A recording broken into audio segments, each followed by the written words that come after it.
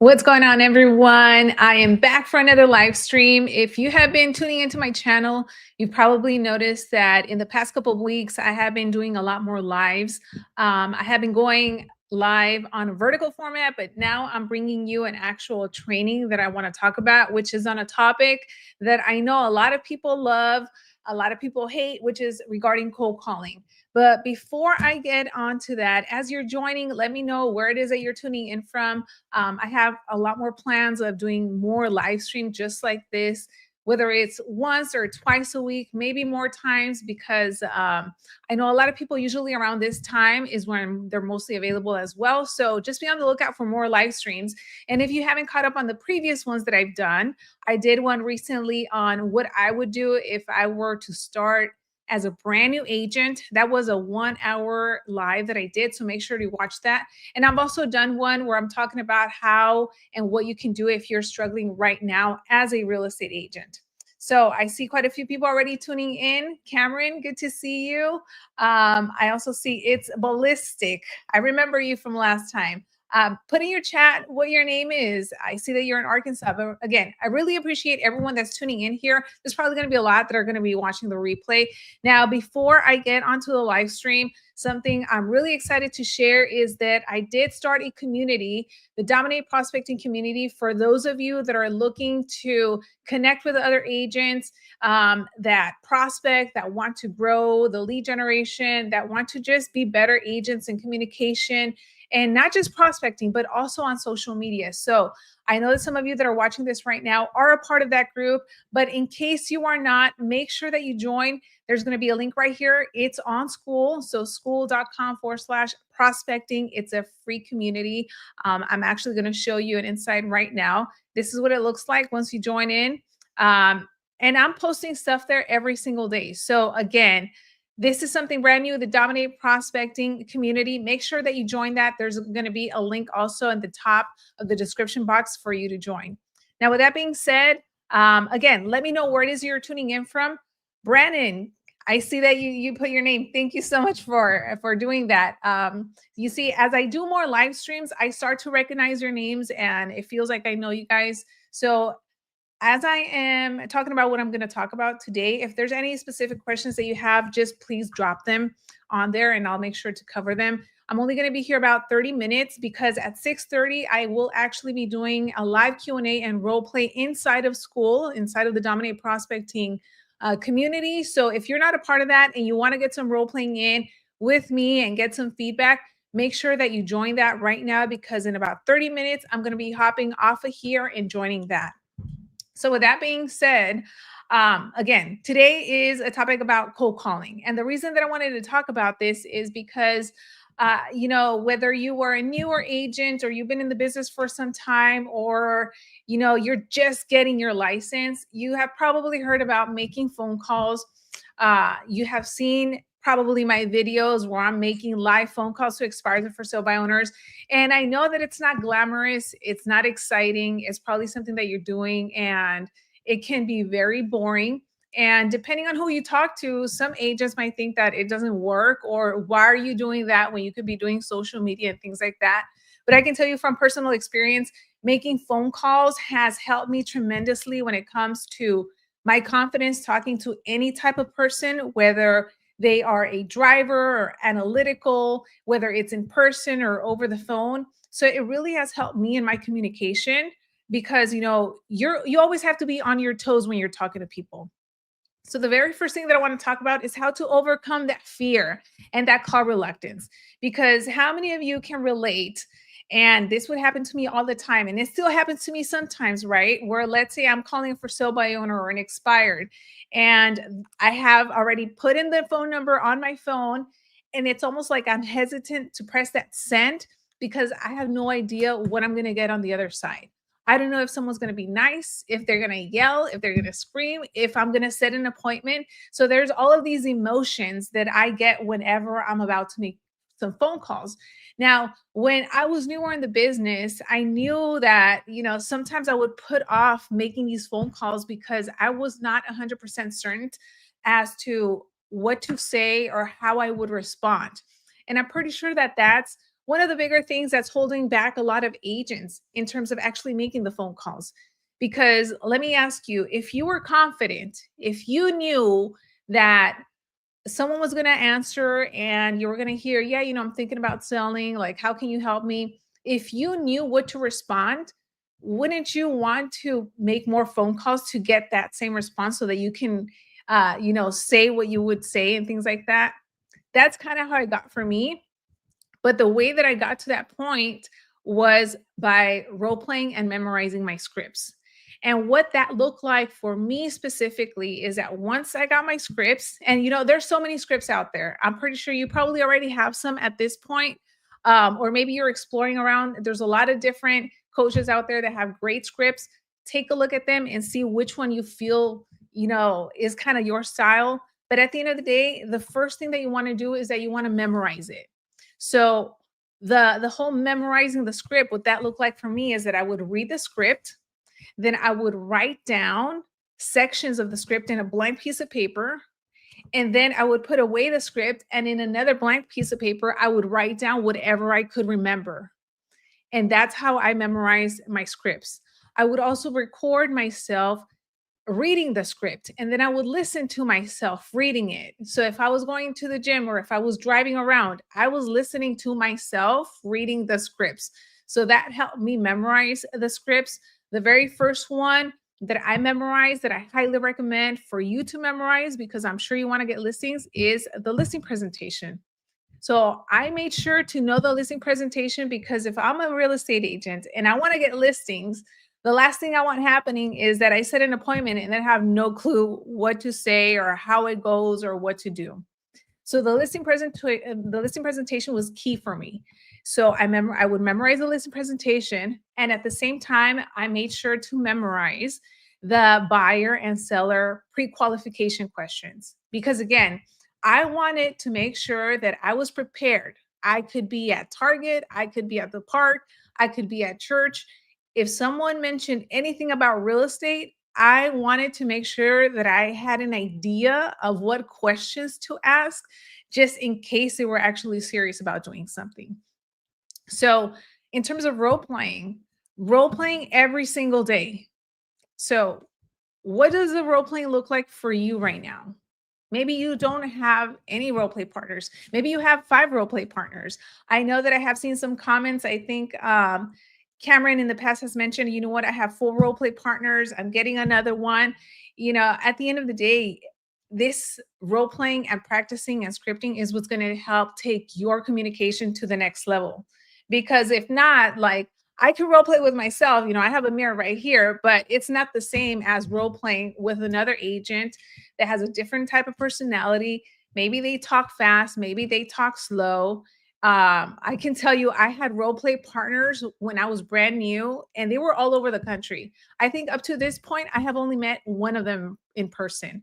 One was in New York, and he was very different from my role play partner that was in Louisiana. So one was a very much like a driver. The other one was analytical. The other one was an expressive. So really, that's what helped me get better with my communication and feeling confident with actually picking up the phone and making the phone call. Because once you continue to do it time after time and day after day, and you do it for 30 minutes or an hour or 2 hours a day, then it's almost like you get excited about picking up the phone and making those phone calls. So it's almost like there's different levels to it. First, you're starting fresh. You have no idea what to do, what to say. You're afraid of picking up the phone. Then once you've memorized your scripts, you're excited about making these calls. Once you start setting those appointments, then you're like, okay, you know what? I can do this. Let me get to that next appointment. Once you get to the actual appointment and get a contract signed and you get a listing, then that's what's going to even fuel more fire to you to be like, you know what? Let's continue to do this because it actually works. So again, memorizing your scripts, that is key to help you overcome that call reluctance, because if you know what to say, you're going to be more likely to pick up the phone and want to do it. The next thing that I always hear is, I want to make calls, but it's so hard. Expireds are hard. For sale by owners are difficult. So which are the hardest leads to go after if you're making phone calls and which are the easiest? The toughest are probably going to be for sale by owners and expireds because you're going to get objections. You're going to get people that are probably upset that they didn't sell or they have had a bad experience with an agent in the past and they do not want to deal with an agent anymore. So if you are starting brand new, right? Let's say you're like, you know what, Loida, I have signed up for Vulcan 7 because every top agent and coach out there says you have to make phone calls. Where should I begin? So if I were you, I would take a look to see if there's any properties around you that you could call around, so a specific neighborhood, and do just listed or just sold phone calls, because that's going to be the easiest in the sense that these are homeowners that they're not getting a lot of phone calls. They're not getting bombarded by agents, every single day because they probably didn't even have their home on the market. So the neighborhood leads are absolutely gold if you want to get started there. Again, the hardest ones are the expires and the for sale by owners. But typically, once you start making those phone calls, you're going to hear the same objections every time. So they're going to say, well, where were you when my home was on the market? Or, you know what, we're just going to hold off on not selling at the moment. So as you're making these phone calls to the tougher leads, that's when you need to be able to have a clear understanding of the questions to ask to, like, let's say you're pre-qualifying a seller and figuring out what the actual motivation was and why they wanted to sell in the first place. So when I'm calling an expired and they say, "Oh, I'm getting, 50 calls so far this morning from agents." I like to say, I'm sure, you know what? Unfortunately, it's not going to stop, but Mr. Seller, at the end of the day, what happened that the home came off the market unsold? So what I just said there is probably very different from what other agents are saying. So I want to say something that's gonna be like a pattern interrupt that they're gonna be like, wait, she said something completely different than the last 10 agents. I like to ask a lot of open-ended questions because then at that point, what's going to happen is that seller is going to start venting to me and they're going to say, yeah, we had our home on the market for 6 months. And the last agent said that they were going to get it sold in 30 days and this, that, and the other.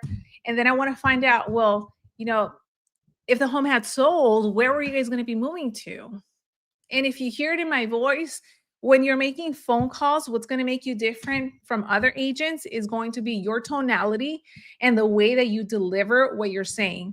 If you sound confident, they're going to speak to you. If you're stumbling over your words, people can feel that over the phone and they're going to either hang up on you or they're going to be like, you're just like the other agent. So it's almost like you have to have this confidence in you as you're making these phone calls, even if you've never sold a home. And this goes again, with practicing. Because once I'm talking to these expires and these for sale by owners, and I'm saying certain things that they're probably not used to because it's throwing them off when I'm saying, well, what happened that the home didn't sell? I'm surprised that you came off the market. Then they're like, oh, you know what? Yeah, I just had a bad experience. Okay, well, how do you feel about that? Oh, well, we wanted to be in Nebraska by, September 1st, and now it's not looking like that way. Okay, well, what do you think stopped the home from actually selling? So as you see, I'm asking these questions, but I'm letting them kind of vent to me. Now, not every phone call is going to be this way, but the more that you're able to ask open-ended questions and just one question at a time, and then it's like you ask the question and then you like zip it. Because a habit that I've seen a lot of agents have is that you just talk too much. You ask a question and it's like you hear there's like 2 or 3 seconds where the person doesn't say anything. So now you feel like you have to say something else. And next thing you know, you're just like rambling. Don't do that. Be okay with there being some awkward pauses because then now that person is probably thinking about what they're going to say. And again, you want to make sure that you just ask one question at a time. So I know that there's a lot of comments happening. So I'm going to be taking a look at it back and forth. But you know what? I'm going to save some of the questions for the end because there are a few other things that I do want to get through when it comes to making phone calls.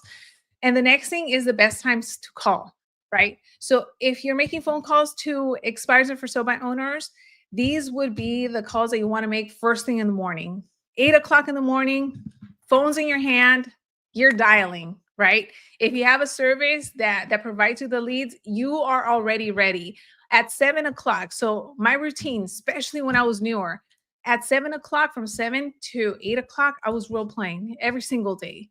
So by 7:30, I'm already in front of my desk. I have, my system open. I have my leads ready to click as soon as 8 o'clock hits. I'm making my phone calls, right? And you might think, oh, well, what if people don't answer because they're on their way to work or they're getting ready for work or school or whatever? I don't care. 8 o'clock, I'm starting to dial. And what's crazy is that when I would call at 8 o'clock, there's still sometimes that homeowners say, you know what? An agent started calling me at 7 o'clock.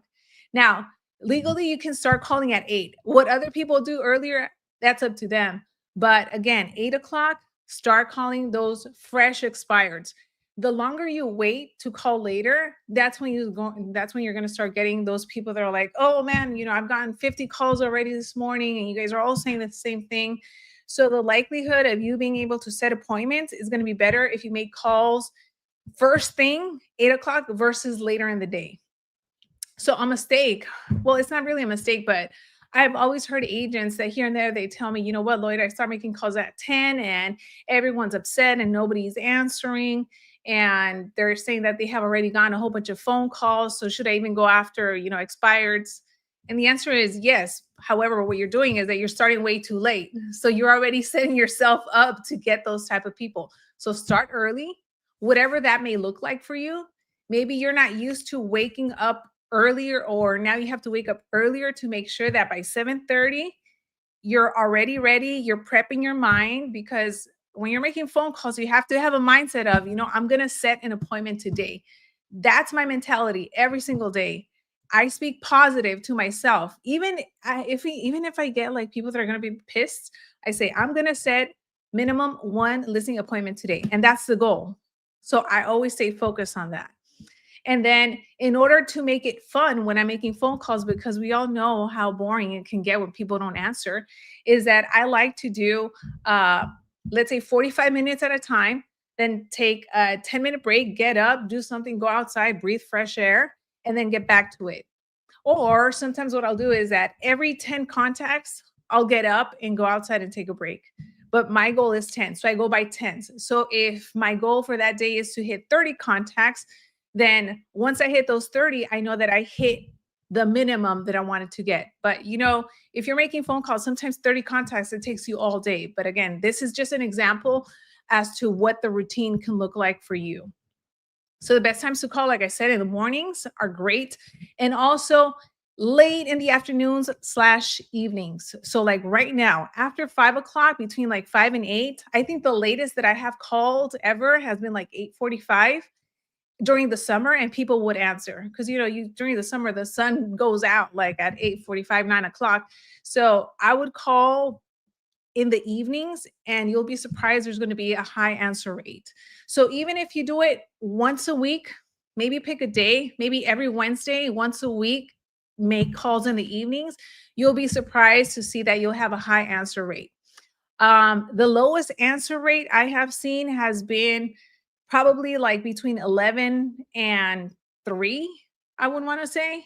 Especially if you're calling, like neighborhoods. Try it out yourself. But I've seen that this is the time that it's been the lowest pickup rate. And it's probably because either people are working, they're at school, so they're not able to answer. Anytime I do follow up, it's usually around the 12 to 2 time frame, because that's usually when people that have a job have a lunch break, so they'll answer. So during the day, every day, if you're doing this full time, if you're following up every single day, it could be during that lunchtime time frame. So between 12 and 2. In the afternoons, that's when you set it for admin work. And what I mean by admin work, if you got a lead that you told them you're going to send them a CMA, this is when you put it together. If you're working on some emails or a newsletter, this is when you work on that too. Anything that is not income producing activity, that's when you do it. So if it's something that, let's say you could delegate to someone else, you do it in the afternoon. The afternoons are also times when you can set to go on appointments. So for me, and hopefully for you, you have a very strict schedule that you follow where the prospecting happens in the morning if you're able to. I know some of you might have a part-time job or have something else going on, but if you're able to schedule it, prospecting happens in the morning, appointments happen in the afternoon. Appointments, whether it's a listing appointment or showings or whatever that looks like. And if you don't have anything going on, then late afternoons is when you get back to prospecting. So if you don't have any transactions going on after 3 or 4 o'clock, get back on the phone for about 2 hours. Get back and call the expires, the for sale by owners. Weekends. Let's talk about weekends. Weekends are great also to make phone calls, especially to expires that you were not able to get through during the week, because now during the weekend, there's probably going to be less agents calling them. And if they do answer, they're more likely to give you information as to what happened, that the home didn't sell, or best case scenario, you set a listing appointment. So another thing that I want you to understand and get in your head is that you always want to be ready to hear, yes, I am looking for an agent. I need to get my home sold. Because I think many times we're so telling ourselves that people are going to say no. And then it's like we're making up excuses that when you do get someone that's interested, it throws you off and you forget to pre-qualify and do a whole bunch of stuff. So always be ready for that person that's going to say, yes, I need to sell my home. I'm interviewing agents. Because if you get that, are you ready to say, perfect, then I call that a great time. How soon can we get together?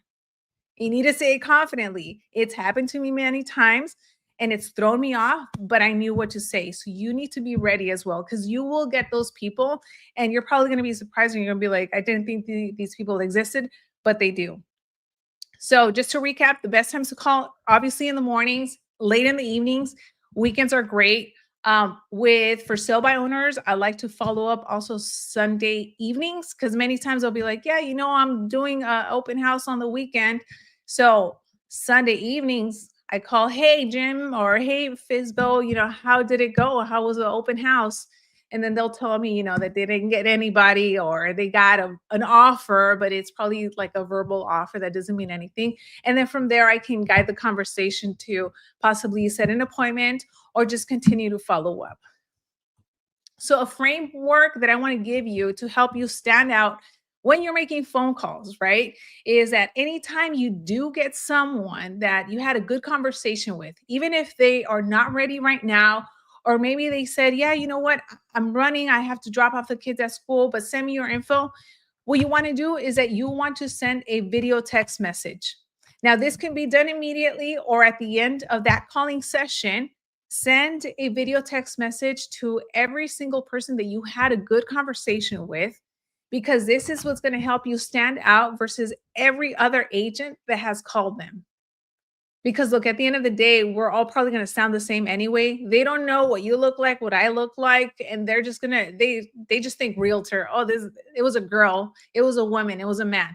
So in order for you to separate yourself, especially if you had a good conversation with someone you think is probably going to be an appointment or someone that's a hot lead, send them a video text message introducing yourself and just letting them know, hey, thank you for your time chatting with me. Look forward to connecting. I'll stay in touch. Something very short. Don't overthink it. It could be like 10, 20 seconds and that's it. You shoot it out. This is something that you can do at the end of the day, or again, at the end of your calling session. And it's not going to be like hundreds of them every day. If anything, it might be like 10, 5 a day, which is something you can totally do. And again, it's going to help you be able to stand out. I have a quick story where I had a gentleman years ago and he was an expired. I tried to send an appointment with him on the phone and he said, no, I'm not interested. I'm going to be out of town. Call me in 2 months. I went for the appointment. I want to say maybe like 4 times and he kept saying no. So I said, okay, perfect. You know what? I'll keep in touch. I'm going to send you a text with my information so that you have it. And then we could just take it from there. So what I did is that I sent him a video message. Again, same thing, introducing myself. He ended up responding about an hour later. And he said, you know what? Give me a call in a week. because you're the only one that has sent me a video message, and let's talk then. So again, I gave him a call a week later. He was serious. He answered, he picked up. He was like, yeah, you know what? Actually, I do want to sell, but there's tenants in there. So now he gave me more information that he didn't want to give me the previous time. So then, long story short, we had like 3 more conversations. I ended up pre-qualifying, setting an appointment with him on the phone, doing the listing appointment over the phone because he was like, you know what? I'm just very busy, but I'm ready. You sound like you know what you're doing. Just send me the paperwork. Send him the paperwork through DocuSign. Even as I'm doing this, I'm like, I don't know if this guy's serious or not, but I'm sending him everything because he said that he's ready. So I sent him the contracts. I texted him. I called him, hey, check your email. The listing agreement is there. And yeah, he signed it. Ended up meeting him at the property once we got the photographer to go out there. So again, this happened because I stood out because of a video message. And you might think, well, I'm bad at video and this and that and all these excuses. It doesn't matter.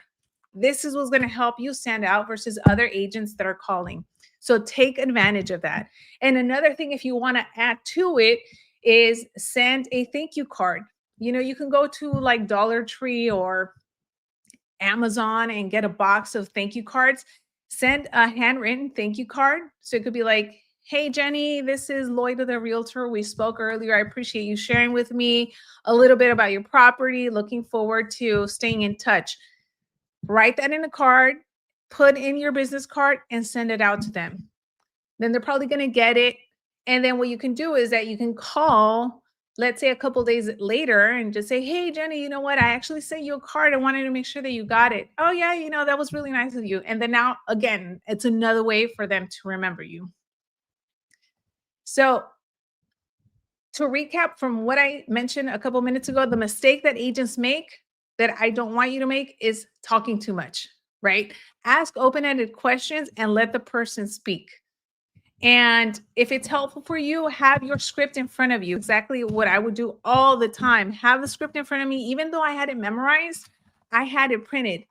It was always beside me because in case for some reason I forgot, I knew what question I needed to ask next. So if you have a script, there's a reason why each question or each line is one sentence.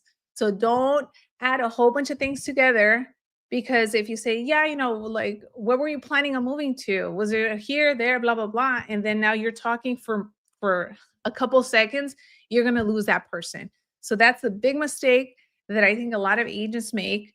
And I'm pretty sure that I did it too as I was learning things, is just talking too much. The longer you talk, the more you're going to lose them. So as I'm getting to wrap up here, because like I mentioned earlier, if you just tuned in, I recently started a Dominate Prospecting community on School. So if you're not a part of that, join us. This is going to continue there right now. In about 2 minutes, I'm going to be doing role play sessions and live Q&A. This is for those of you, it's a completely free community for agents that want to get better with their prospecting, with lead generation, with social media. So a lot of the tips that I gave here in that group, I'm giving a lot more every single day. So if you want a sense of community and being able to ask me questions, make sure that you join the school group, school.com/prospecting. It doesn't get any easier than that. So make sure that you join that, because I'm probably going to continue this conversation there right now at 6:30 Eastern. And with that being said, I'm just going to quickly take a look at the comments and see if there's anything specifically that I can help you with. Is it normal to have days without a sale? Absolutely. Yes. It's normal to have days that you don't get any leads or that you don't get people that answer the phone. But, at the end of the day, it's almost like a numbers game. You just have to continue doing the right thing. And as long as you're staying consistent and hitting your numbers and staying, prospecting, there's going to be a snowball effect. But again, you can't let these days where you don't get anything kind of get in your way. How would you recommend finding around 5 consistent role play accountability partners? Well, the first thing I would say is definitely make sure to join the Dominate Prospecting community, because I'm sure that you can find someone in there or multiple agents that are ready to role play, since it is a prospecting community. So make sure that you join that, whether it's you or anybody else. Let's see. there's going to be role playing in there, like I mentioned. And with that being said, um, I'm ready to hop off here. Thank you so much for joining. Hopefully you found this helpful. There's a lot of things that I mentioned that you can implement as soon as, today with the leads that you spoke to earlier today if you were making phone calls. And look, I know that prospecting, I know that cold calling, I know that picking up the phone is not exciting, but the exciting part is when you get that homeowner or that person that needs your help and they're like, you know what? If it wasn't for you, I'm not even sure what we were going to do. And then you're going to get that client, and then that's going to be a paycheck for you that you're going to be really excited about. All right, guys. So, with that being said, be on the lookout for more of these live streams. I'm planning on doing these maybe like twice a week, whether it's right here like a training like this, or if it's more like a Q&A. But I have a lot of exciting content planned. And like I said, again, in case you missed it, make sure to join the Dominate Prospecting community on School. I just released it. We're about close to 100 members, but it's going to grow. So invite your other agents, friends that might be struggling, because there's going to be a lot of exciting things happening in there. All right, guys, I'll see you on the next one. Bye.